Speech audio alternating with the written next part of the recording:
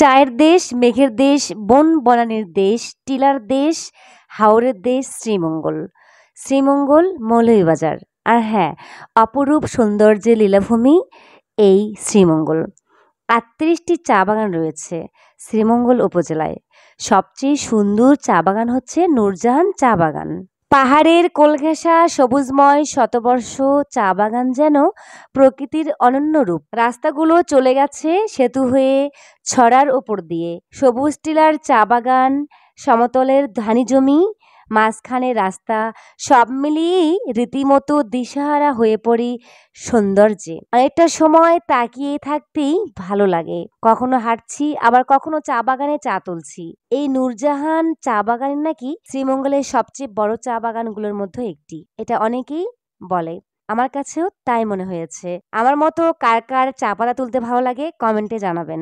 চা পাতা তোলার বৈশিষ্ট্য হচ্ছে 2টি পাতা 1টি কুড়ি। আমি অনেকটা চা তুললাম। এক চা কর্মী আপু আমাকে অনেকগুলো চা পাতা আমাকে দিয়েছে, টাটকা চা পাতা। উনি বলল বাসা নিয়ে যে খাবেন ভালো লাগবে। লাউয়াছড়া একটি সংরক্ষিত বনাঞ্চল। বাংলাদেশের 7টি বন্যপ্রাণী অভয়ারণ্য ও 10টি জাতীয় উদ্যানের মধ্যে এটি অন্যতম। এটি মৌলভীবাজারের কমলগঞ্জ উপজেলায় অবস্থিত। এই উদ্যানে এসে আমার অনেক ভালো লেগেছে। এই উদ্যানের মধ্যে দেশি বিদেশি মুভির শুটিং হয়েছে। দেশি সিনেমার মধ্যে আমার আছে জল মুভির শুটিং এই জায়গায় হয়েছে। দূরে ওই পাহাড় মিশেছে নীল আকাশে, দেখে মন আকাশ ছুঁতে চায় ও আহারে, অচেনা কত না পাখি ওরে বাতাসে, দেখে মন ভেসে যেতে চায় ও আহারে, গুঞ্জন গান শোনে ফুলেরা দোলে, স্বপ্ন কানে কানে কত কি বলে আজ আমার।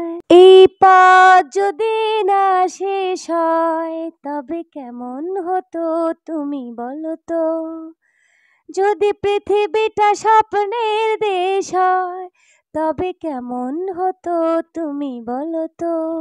বন্ধু তোমার পথের সাথীকে চিনে নিও, মনির মাঝেতে চিরদিন তারে ডেকে নিও, ভুলো না তারে ডেকে নিতে তুমি বন্ধু তোমার পথের সাথীকে চিনে নিও।